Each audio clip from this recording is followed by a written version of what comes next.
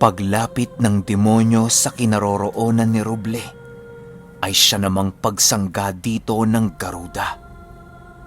Halos mawasak na ang ginawang harang ng Garuda nang pilit inaabot ng demonyo ang kinaroroonan ni Roble.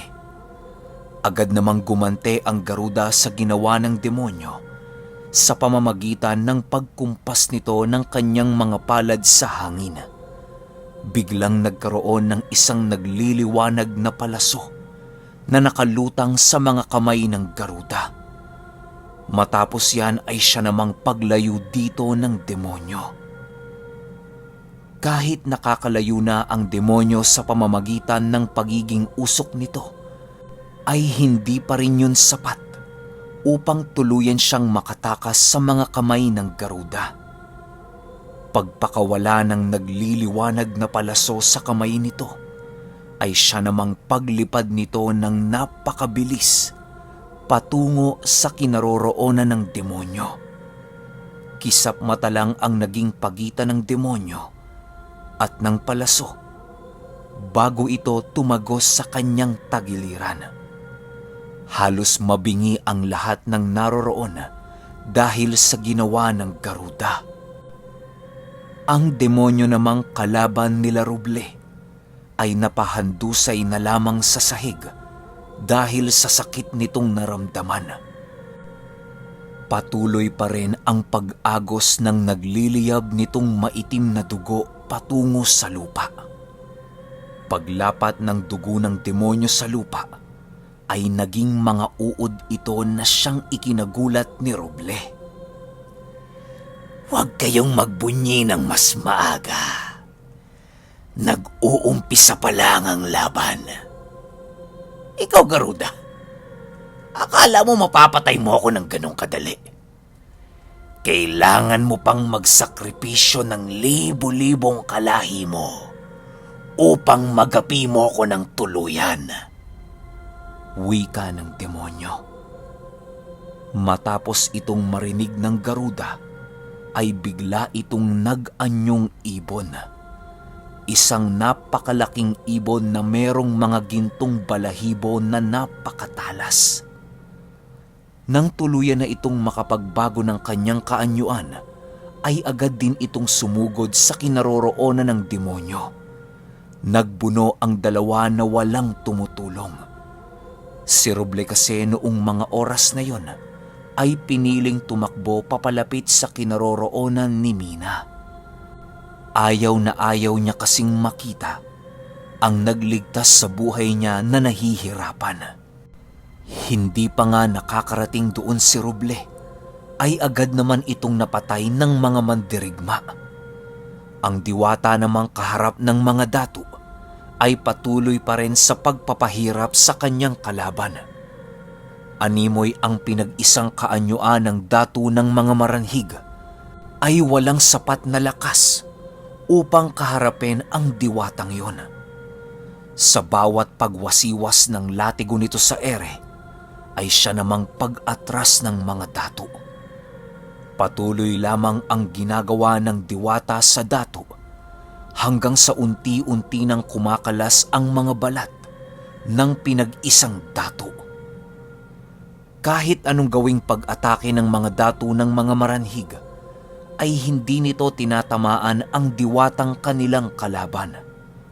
Dahil sa alam ng datong hindi kakayanin ng diwata, ay bigla itong umatras patungo sa kinaroroonan ng demonyo na lumikha dito. Paglapit ng datu sa demonyo, ay bigla itong sumuka ng likidong apoy na siyang naging gamot para sa sugat ng demonyo. Dahil sa ginawa ng datong yon, ay labis-labis na lamang ang galit ng Garuda.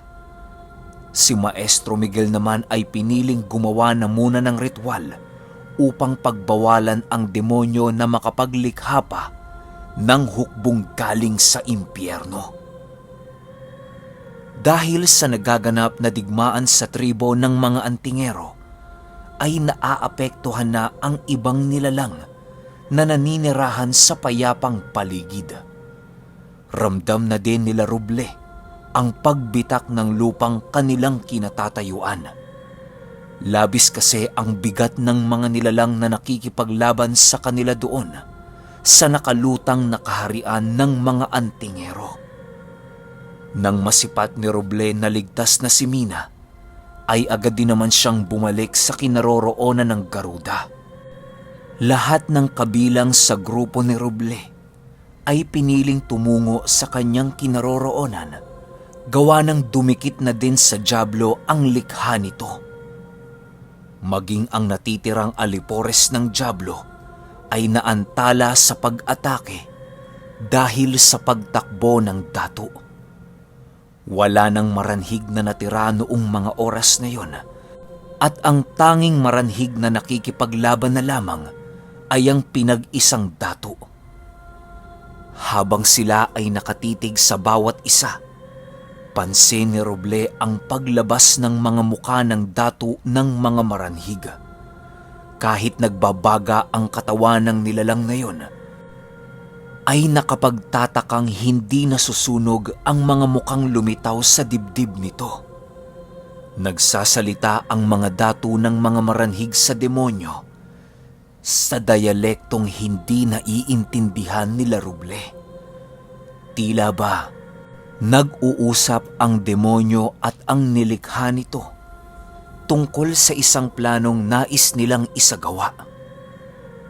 Ang mga mandirigma namang tinawag ni Roble ay nananatiling alerto sa maaaring pagsugod ng mga alipores ng dyablo. Sa pagkakataong ito ay wala nang nakitang bakas ng galos si Roble sa mga katawan ng mandirigma. Habang sila ay nagmamasid sa demonyo, ay biglang nagwika si Maestro Miguel ng, Roble, gawin mo na ang hudyat ng ating paglusob. Pansin kong merong gagawing kakaiba ang mga demonyong yan.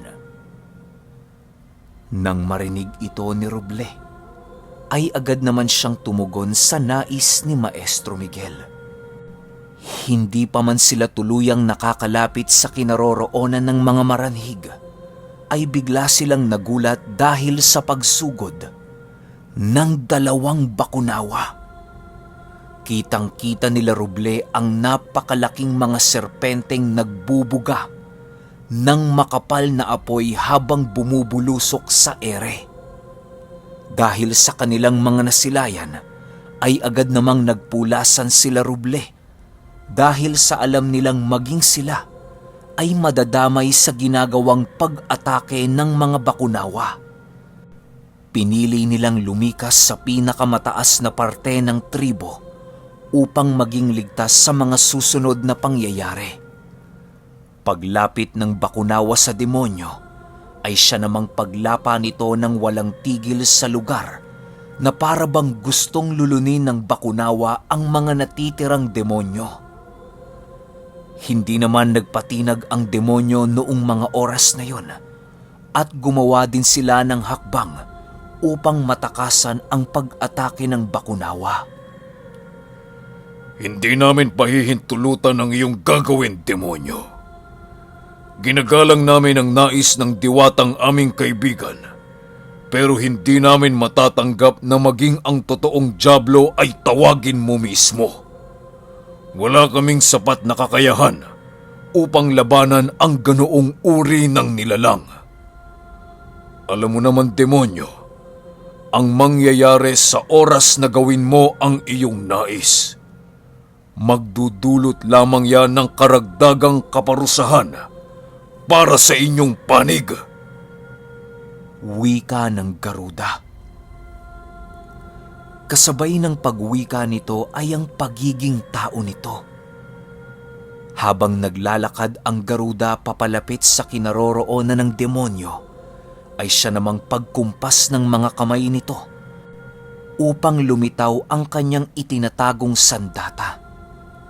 Paglitaw ng sandatang tinawag nito, ay halos hindi makapaniwala si Roble sa kanyang mga nakita.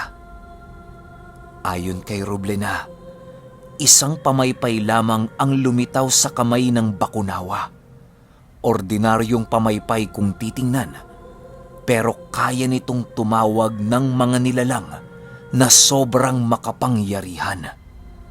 Sa bawat pagkumpas ng bakunawa sa pamaypay na hawak nito, ay siya namang paglitaw ng mga espiritu ng mga sinaunang antingero.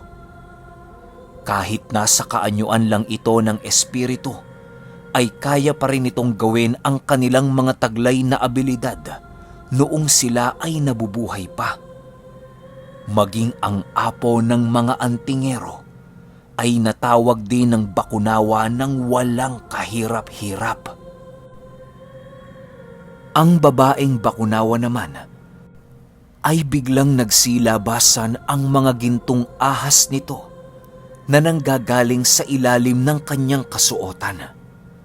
Nagliliwanag ang mga ahas na yon habang ito ay sumusugod patungo sa kinaroroonan ng demonyo. Dahil sa pagtulong ng bakunawa, ay siya rin namang paggawa ng hakbang nila Roble upang tuluyan ng mapuksa ang kanilang kalaban. Naunang sumugod sa kanila ang diwatang merong hawak na latigo na tila ba labis-labis ang galit ng mga ito sa nilalang na kanilang kaharap. Pagsugod ng mga ginintoang ahas ng bakunawa, ay siya namang pagpulupot nito sa katawan ng pinag-isang dato. Nagsisisigaw na ang dato ng mga maranhig nang mapuluputan ito ng mga ahas dahil sa mga malatinik nitong katawan. Sa bawat paggalaw ng dato ay siya namang paghaba ng mga tinik na halos tumagos na sa buong katawan nito. Habang tinatanggal ng dato ang mga ahas na yon, ay ang patuloy namang pag-atake ng bakunawa. Wala namang nagagawa ang demonyo dahil sa malayo ang bakunawa sa kanyang kinaroroonan. Kahit anong gawin niyang pagbato ng mga nagliliyab na apoy patungo rito, ay hindi rin yun nagiging epektibo sa kadahilanang nalulusaw ang mga apoy na ibinabato nito bago pa ito tuluyang makarating sa kinaroroonan ng bakunawa. Akala mo ba, kakayanin mo kaming lahat? Wala akong pag-asang nakikita para sa iyong kinabukasan, demonyo. Maging yang kalis na hawak mo, ay kaya din namin itong gapiin nang walang kahirap-hirap. Mas higit na mas marami ang mga nilalang dito na naninirahan, ang mas makapangyarihan pa kesa sa iyo. Ibaon mo na sa limot yang tadhanang sinasabi mo, dahil kahit kailan, hinding-hindi mo magiging kaisa ang pinili ng dato. Hayaan mong ibalik kita sa impyerno. Wika ng bakunawa. Masyado mo naman ata akong minamaliit. Konting sugat pa lamang ang nabibigay mo sa akin, nag-aasta ka ng makapangyarihan. Huwag kang pakakampante sa iyong kapangyarihan at lakas, bakunawa. Dahil meron akong alam na paraan upang kunin niyang buhay mong walang hanggan. Ikinagagalak ng aking Panginoon na magkaroon ng isang laruang kagaya mo. Huwag mo akong takuting ibabalik mo ko sa impyerno. Dahil nanggaling na ako doon. Ilang beses na akong labas-masok sa impyerno. Kaya naman, normal na lamang sa akin ang pagpunta roon.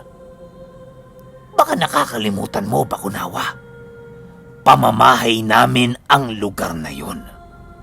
Kaya meron kaming pahintulot na maglabas-masok kahit na anong oras namin gustuhin. Hayaan mong ipakita namin ng mga dato ang aming totoong kapangyarihan. Sagot naman ng demonyo. Kasabay ng pagwika ng demonyo ay ang pagiging usok ng kalis. Naging usok din ang demonyo na agad pumasok sa pinag-isang katawan ng mga datu ng mga maranhig. Matapos yan ay biglang natigilan sila Roble dahil sa napakalakas na pag-ungol ng mga datu. Animoy mamamatay na sa sakit ang mga yon dahil bakas sa kanilang pagsigaw ang labis-labis na paghihirap na kanilang nadarama. Lumipas ang ilang minuto at biglang bumalik na ang katahimikan sa paligid. Pagsipat ni Roble sa kinaroroonan ng datu ng mga maranhig, ay laking gulat na lamang niya nang mapansin niyang biglang nag-iba ang buong kaanyuan nito. Bigla itong nagkaroon ng 4 na muka sa kanyang ulo na merong iba't ibang itsura. Ang nasa unang ulo ng nilalang na yon ay merong mabangis na muka at merong 2 pangil na nakausli. Ang nasa kaliwang ulo nito ay masayang muka na para bang hindi ito nakakakilabot pagmasdan. Ang sa kanan nitong ulo ay malungkot na muka na para bang merong pinagdadaanang problema. Pagsalita ng nilalang na yon ay pinagmasdan itong maigi ni Roble. Ngayon, tingnan natin kung kakayanin niyo pa ang pinakamalakas kong kaanyuan. Wika ng demonyo. Habang nagsasalita ang demonyo, pansin ni Robleng hindi gumagalaw ang mga bibig ng mga mukhang kanyang nasisilayan. Animoy walang sino man sa mga ito ang gumagawa ng pagwiwikang yon. Pagtayo ng nilalang na kanilang kaharap, ay siya namang paglabasan ng hanging merong mabigat na presensya. Unti-unti ding nandilim ang buong paligid at sinabayan ito ng pagkalat ng mga salot sa hangin. Pagtayo ng nilalang na yon, ay doon pa lamang nasipat ni Roble ang hindi masukat na tindig nito. Animoy kapantayon ng 2 punong akasyang pinagsama. Habang sila ay dahan-dahang napapatitig sa pagtayo ng nilalang na yon, ay siya namang paghalakhak nito ng napakalakas. Nang tuluyan ng makatayo ang demonyo, ay siya namang pag-atras nila Roble. Ramdam nila Roble ang labis na panganib ng demonyo dahil sa kaanyuan nito. Meron itong napakahabang mga kamay na halos sumayad na sa lupa at sa gitna ng mga kamay nito ay merong bungangang hindi nagsasara. Napakabaho na din ng pang-amoy ni Roble sa paligid dahil sa paglitaw ng nilalang na yon. Nang tuluyan na itong nakatayo, ay siya namang pagsugod ng diwata at ng malatoro nitong kasama. Wala silang pagdadalawang isip na tinalunan ng demonyo hanggang sa marating nila ang ulo nito. Ang mga mandirigma namang kasama nila Roble ay nagsili para na rin upang mahatira ng tulong ang diwatang kanilang kasangga. Habang sila Roble naman at sila Mina ay tumungo na sa likod ng demonyo upang kahit papaano makatulong sila sa pagpapabagsak dito.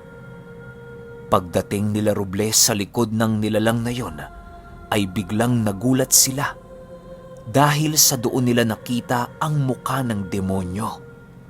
Nakangiti yon habang nakatingin sa kinaroroonan nila Roble na siyang labis na ikinagulat nila Mina. Habang abala ang demonyo sa pagdakip sa diwata, ay doon naman isinigawa ng mga mandirigma ang kanilang plano. Ang mandirigmang merong hawak na tanikala ay agad nitong pinuluputan ang paa ng demonyo upang mapahandusa yon sa lupa. Sila Maestro Miguel naman at ang Garuda ay pinipigilan ang 2 kamay ng demonyo gamit-gamit ang kanilang mga lihim na karunungan. Ang dalawang bakunawa naman ay bumalik na sa kanilang tunay na kaanyuan upang makatulong sa grupo nila Roble. Nang tuluyan ng nagapos ng mandirigma ang demonyo, ay siya namang paghila nila Roble sa tanikala upang mas lalo itong humigpit. Ang diwata naman at ang kasangga nito ay walang tigil na pinaulanan ng pag-atake ang kaanyuan ng demonyo. Nang mahawakan ng demonyo ang malatoro nitong kasama, ay agad naman itong hinampas sa lupa na halos bumao na ito dahil sa lakas ng puwersang pinakawala ng demonyo. Nang akmang dadakipin din ng demonyo ang diwatang nasa ulo nito, ay bigla siyang kinagat ng bakunawa na siyang naging sanhi upang tuluyan na itong humandusay sa lupa. Dahil sa alam ng mga mandirigma kung paano nila ito pabalikin sa impyerno, ay agad naman nilang ginawa ang kanilang plano. Roble, ito na ang parte mo. Gawin mo na. Sa pagkakataong ito, ikaw na lamang ang pag-asa namin upang tuluyan ng magapi ang demonyo. Alam kong meron ka pang natitirang lakas upang tawagin muli ang espiritu ng kalis na hawak-hawak mo. Wika ni Maestro Miguel. Nang marinig ito ni Mina, ay agad naman niyang pinuntahan si Roble at niyakap ng napakahigpit. Sana sa susunod nating buhay ay magkita tayong muli. Sana lang bigyan ka pa ng pangalawang buhay ng Panginoon. Wika ni Mina. Roble, magmadali ka na.